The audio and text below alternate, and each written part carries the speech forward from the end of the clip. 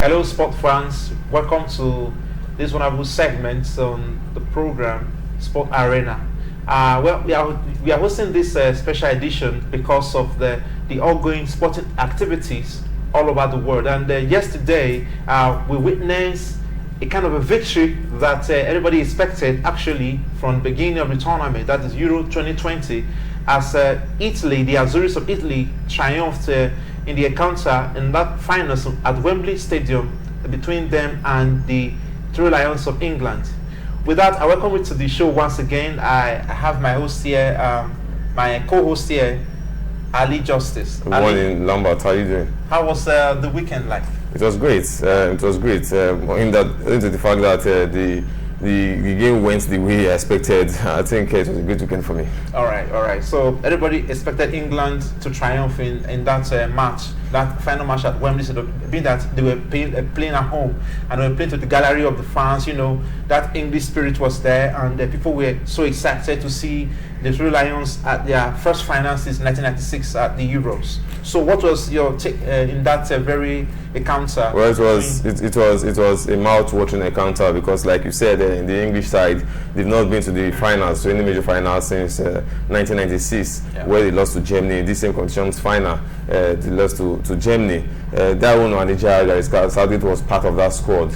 In the shootout, C2 missed his spot kick. The Azzurris, right from the get-go, we saw them as a threat to the French side because the French side came as favourites, and the Azzurris winning their very first game 3-0 and coming from a long run where they've not lost for quite a while. Yeah. I know they were seen, they are seen as one of the favourites. So after the French bowed out, I think it was all Italy. Yeah, so in that encounter too, the English scored first with Luke Shaw goal coming in 2 minutes of the first half, and after that the equalizer came and from the eternal player Leonardo Bonucci.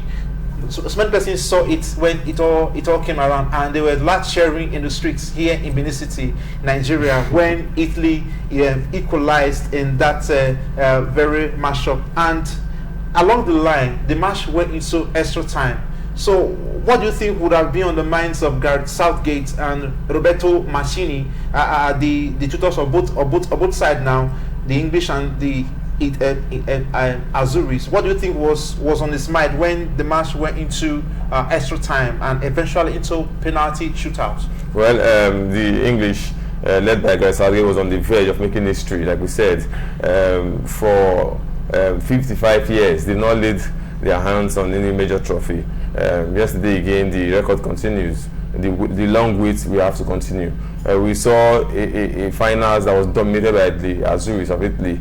They were favourites, going to the tournament. There's this side about the English side. They always call themselves favourites. But if you look at the history, you won't compare Italy with England in major tournaments. The Azzurris they've always been there. They've always been there, even in the World Cup stage. Yeah. So yesterday we saw them dominate the game. The English were fortunate to score in the second minute. They went to sleep. I think they came with the mindset of defending that one goal until the Azzurris equalized. Then they now came out a bit.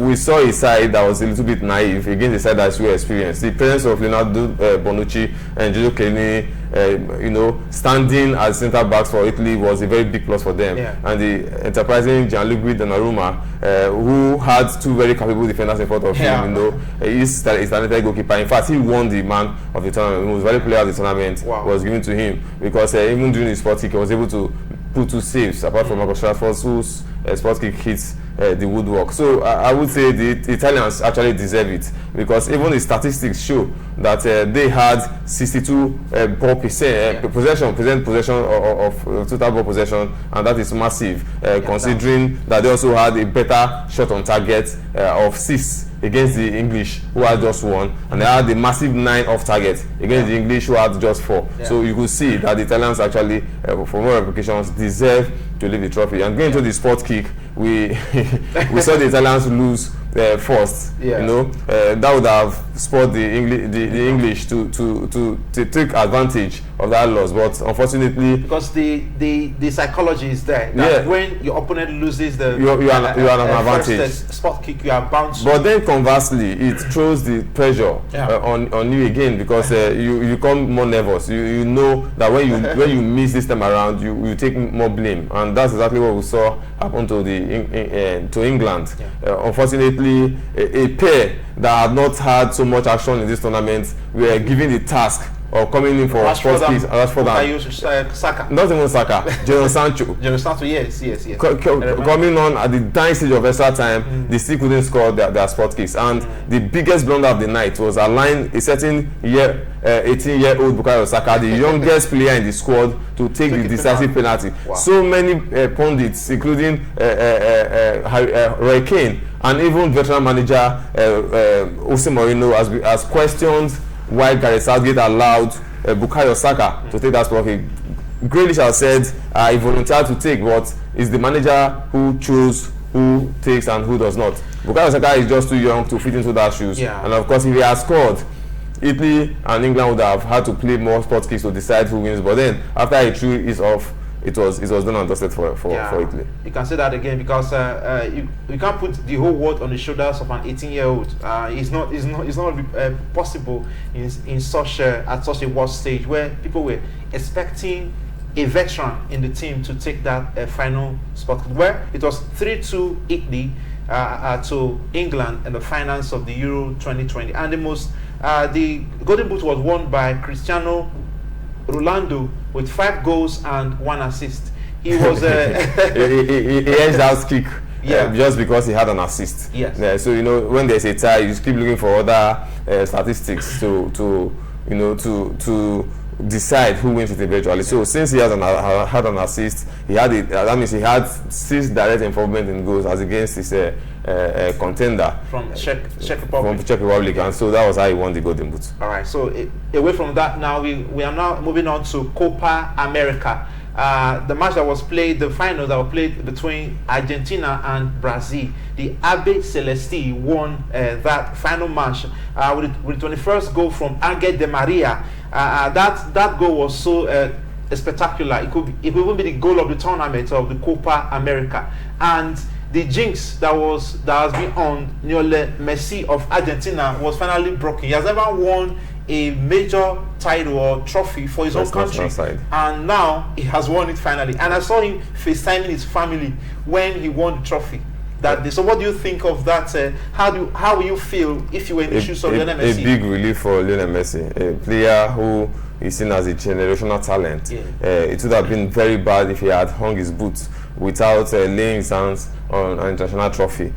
So many Cristiano Ronaldo fans have taunted this Argentine that if you know you want to run shoulders with Cristiano Ronaldo, just do it both for club and country. And this time around, I think he has answered his critics, winning the Copa America, going to Brazil to overcome Neymar and it's a Brazilian-led side to lead the trophy. It's a big relief for him. He just didn't participate in the tournament. It wasn't like he was just part of the team that won the Copa America. It was one of the major, one of the best players in the tournament, scoring 5 goals en route to the finals. And so for Lionel Messi, people are already saying there's no dispute about it. He's going to come up, end up as the Ballon d'Or winner for the year. But then some of them are saying there's a certain Jorginho who won the Champions League with Chelsea, who also helped Italy. He was a very main man in the midfield to win the Euro. So let's see how it pans out. But for Argentina and Lionel Messi, I would say a very big congratulations to them. Yeah, congratulations to Argentina once again, and Lionel Messi. Finally, he has broken that jinx and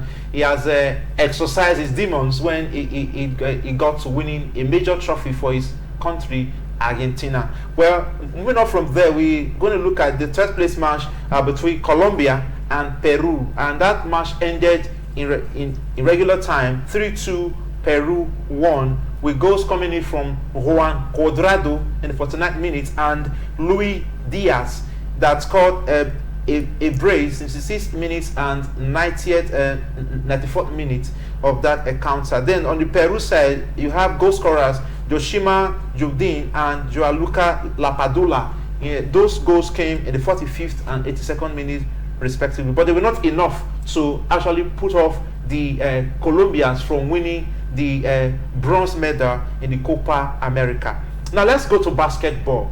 Well, the Nigerian D Tigers had a scrimmage, or a kind of an exhibition game against the USA team made up of Kevin Durant, Jason Tatum, all the NBA stars, Draymond Green. They were all there, and Steph Curry didn't go to play for the USA at this time, but the squad paraded by the US national basketball team were enough to take to actually take on anybody in the whole wide world when it comes to basketball, being that they are the number one ranked team in basketball.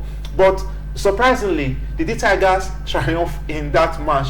90-87 was the score line, and our guys from the NBA, Precious Achiuwa, that applied his trade with Miami Heat in the NBA, along with Gabe Vincent Unamdi, an Igbo boy to the core. He scored 17 points, and he even blocked a shot that was supposed to be a dunk by Kevin Durant in that encounter. So what do you think of the D Tigers? They are going to the Olympics now in Tokyo, and they are winning 90 to 87. It was a narrow escape. Yeah. All the same, kudos to them. The likes of Michael Biniji and Stan Okoye, they were all part of that team. You know, it becomes news when when you beat the United States national team, especially a team from Africa, because you know basketball is not really a thing. It's not really a strong sport when it comes to Africa. So beating a team like the US should actually serve as a morale boost for these guys going to the Olympics proper. But then you know you don't compare friendly matches or warm matches or exhibition games to the real thing. You just hope they are able to hold their own when they get to the Olympics. Sure. Away from that too, also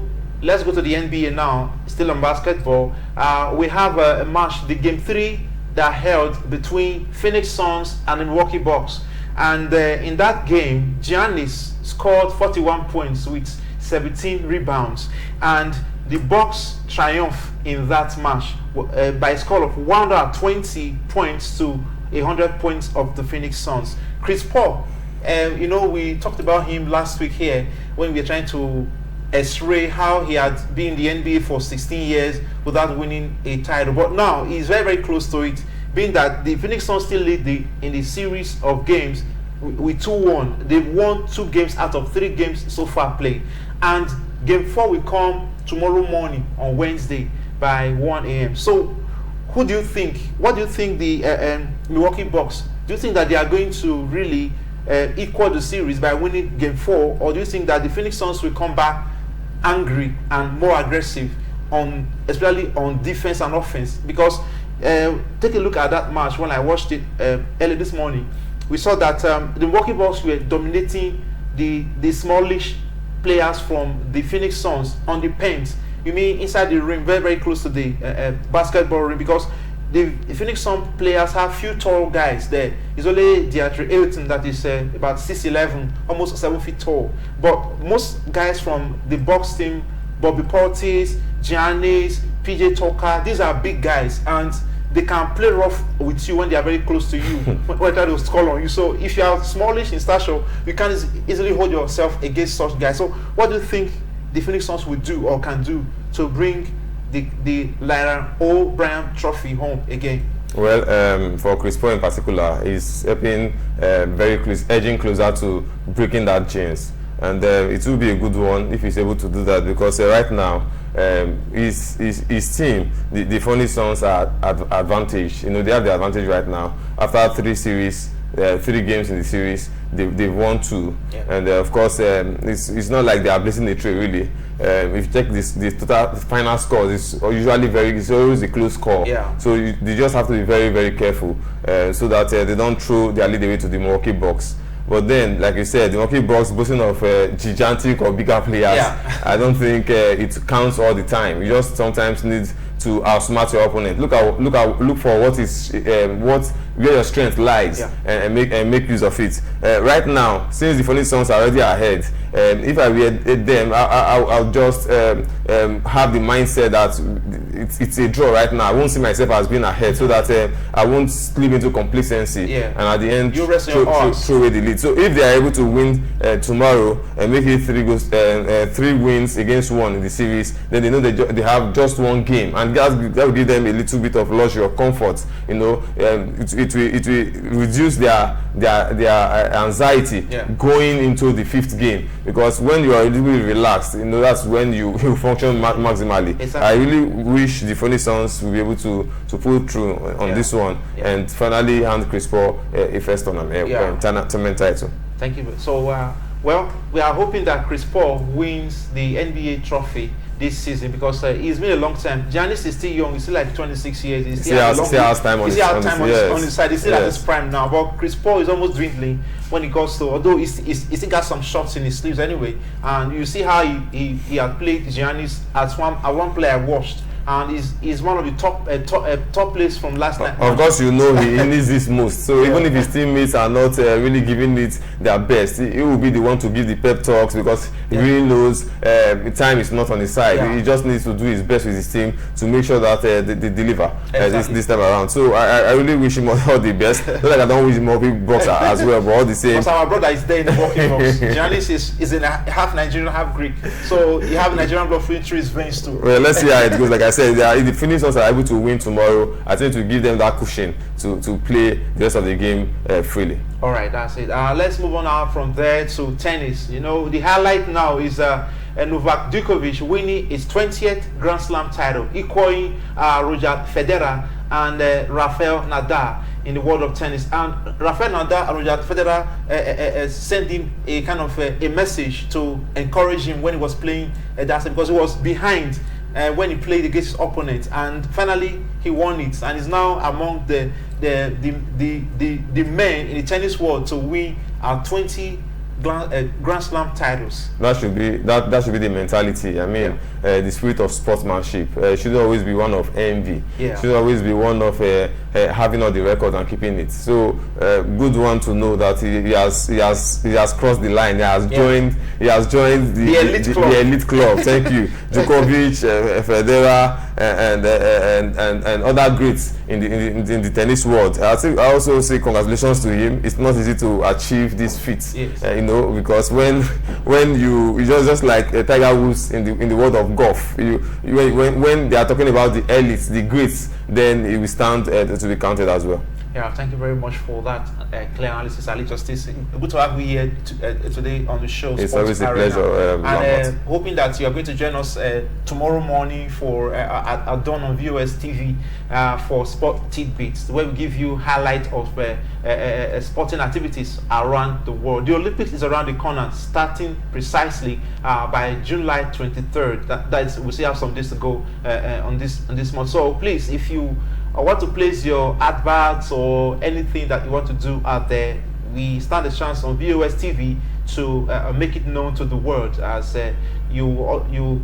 continue to subscribe to our channel on YouTube, VOS TV News, on Facebook and Instagram, VOS TV Nigeria, for quality content, not only on sports but on the current trending news around the world. Please join us again tomorrow morning and on a dawn on VOS TV on Sport Tidbits and Sport Arena, as we bring you the latest sport news around the world. Have a nice day. Bye.